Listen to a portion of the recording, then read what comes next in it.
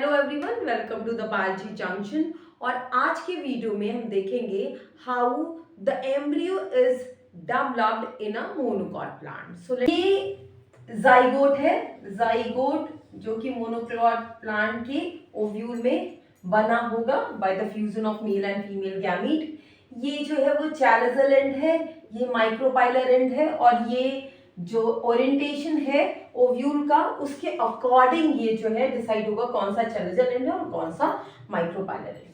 So in this case क्या होता है, जाइगोट में पहला division same as that of dicot transverse division यानी कि हॉरिजॉन्टल डिवीजन होता है, और इस हॉरिजॉन्टल डिवीजन से 3 सेल बनते हैं। अब how one division can form 3 cells? So this is right, एक डिवीजन नहीं होता है, पहले एक सेल में एक हॉरिजॉन्टल डिवीजन होता है जिससे 2 सेल बनती है, और फिर इन दोनों सेल में से एक सेल फर्दर डिवाइड करता है और 3 सेल बन जाती है। सो this is a condition. Now ये 3 सेल स्ट्रक्चर ये डाइकॉट में नहीं पाया जाता है, ये मोनोकॉट में पाया जाता है, and that is the difference. अब इसमें जो माइक्रोपाइलर रीजन की सेल होती है उसको कहते हैं बेसल सेल, जैसा कि डाइकॉट में भी था। जो चैलिजल एंड की सेल होती है उसको कहते हैं टर्मिनल सेल, लेकिन जो यहाँ पे बीच में सेल होती है उसे कहते हैं middle cell, and it is very important in the development in case of monocot. तो देखते हैं क्या होता है। देखिए ये बेसल सेल जो है वो सिंगल सेल है, ये सिंगल सेल है, और ये क्या करती है, ये न्यूट्रिशन एब्जॉर्ब करने का काम करती है, और ये ऐसा ही रहती है, मींस इसमें फर्दर डिविजन्स नहीं होते हैं। जो टर्मिनल सेल है, this terminal cell will form cotyledons. Monocot है तो एक कॉटिलेडन बनता है जो कि काफी पतला सा होता है, सो वो कॉटिलेडन बनाने का काम करती है टर्मिनल सेल यानी कि चैलिजल एंड वाली cell. Now the middle cell, ये मिडल सेल जो होती है वो almost all other part of the embryo बनाने का काम करती है, जिसमें प्लूम्यूल आता है, रेडिकल आता है, epicotyl, hypocotyl, even suspensor cells भी आते हैं जो डाइकॉट के केस में बेसल सेल्स बनाते थे। यानी कि यहाँ पे जो मैक्सिमम पार्ट है एम्ब्रियो का वो मिडिल सेल बना रही है। ये जो सेल है जब फर्दर डिवीजन इसमें होता है तो ये red one is a basal cell, ये बेसल सेल में डिवीजन नहीं होगा, केवल इनलार्ज हो जाएगी सेल, तो this will single enlarge cell. जो मिडिल सेल है उसमें हर तरीके में हर डायरेक्शन से डिवीजन होगा, and it will form a mass of cells जो फर्दर डिफरेंशिएट होंगे, एंड द टर्मिनल सेल वो भी डिफरेंशिएट होके कॉटिलेडन्स बनाने के लिए वो डिफरेंशिएट होने लगेगी। नाउ जब फर्दर डेवलपमेंट प्रोसेस में ये जो बेसल सेल होती है वो इनलार्ज हो जाती है, और ये मिडिल सेल ये डिफरेंशिएट हो जाती है। डिफरेंशिएट होने में इसका चैलिजल एंड वाला portion, this one is covered, let me show, this is covered by sheath, और इसको कह देते हैं कोलियोटाइल। ये जो है एक्चुअली स्ट्रक्चर है जिसके नीचे यहाँ प्लूम्यूल होगा, यानी कैसे ये वाला जो एंड है दैट विल आल्सो हैव शीथ्स, और इसको कह देंगे कोलियोराइजा।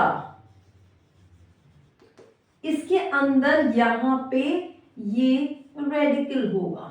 ये जो बेसल सेल थी that is here in a red one, और मिडिल सेल से जो सस्पेंशन सेल्स बन के आती हैं जो बहुत सेल्स की नहीं होती, केवल फ्यू सेल्स की होती हैं, that is the suspension cell, ये यहां पे होगा। Now what about the cotyledon? ये जो कॉटिलेडन है दैट हियर, सो कॉटिलेडन जो है वो इसके यहाँ पे पतले स्ट्रक्चर के फॉर्म में लगी रहती है, जॉइंटेड होती है टू द एम्ब्रियोनल एक्सिस, यहां से लेके और यहां तक, इसको कहते हैं एम्ब्रियोनल एक्सिस। और एम्ब्रियोनल एक्सिस में जहां पे कॉटिलेडन अटैच होता है इस पोर्शन को कहते हैं cotyledon node, like this, cotyledon node.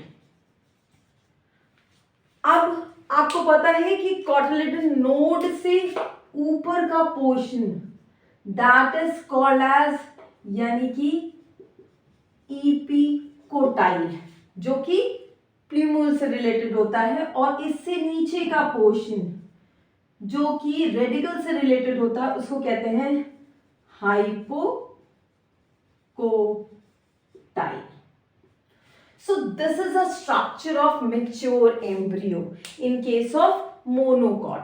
Now एक चीज है, that is in case of this, थोड़े टाइम जब थोड़ा और मेच्योर यानी फुली मेच्योर हो जाता है एम्ब्रियो मोनोकॉट का, तो ये that means the basal cell and suspension cell, ये दोनों जो है वो डिसइंटीग्रेट हो जाती हैं, वो शेड ऑफ हो जाती हैं, वो डाई कर जाती हैं, और जो मेच्योर एम्ब्रियो होता है उसका स्ट्रक्चर कुछ ऐसा हो जाता है।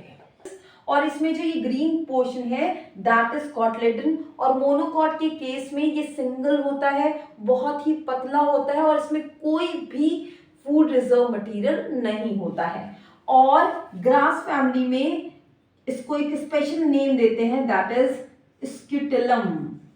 तो स्क्यूटेलम जो है मोनोकॉट्स में कहते हैं कॉटिलिडन्स को या प्राइमोर्डियल लीव को। इसकी ना डाइकॉट जो कॉटिलिडन्स का काम था वो था एम्ब्रियो को नरिशमेंट प्रोवाइड करना, लेकिन इन मोनोकॉट ये इतना पतला होता है और ना ही इसमें कोई फूड रिजर्व मटेरियल होता है, तो इसके थ्रू नरिशमेंट प्रोवाइड नहीं होता है डायरेक्टली, बट इनडायरेक्टली होता है।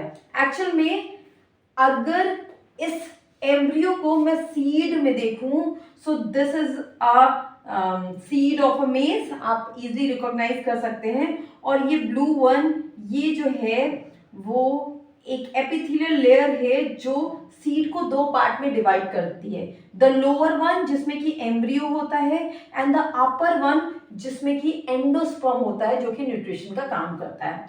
तो जो एंडोस्पर्म है ये एक्चुअली दो पार्ट का बना होता है। The outer, this red one is made up of protein layer जिसको एल्यूरॉन लेयर भी कहते हैं, एल्यूरॉन भी कहते हैं। तो aleurone is a proteinaceous layer, while जो अंदर का ब्लू है जो फिल्ड मटेरियल है that is made up of starchy endosperm. तो एंडोस्पर्म के दो लेयर्स होते हैं, the proteinaceous one and a starchy one.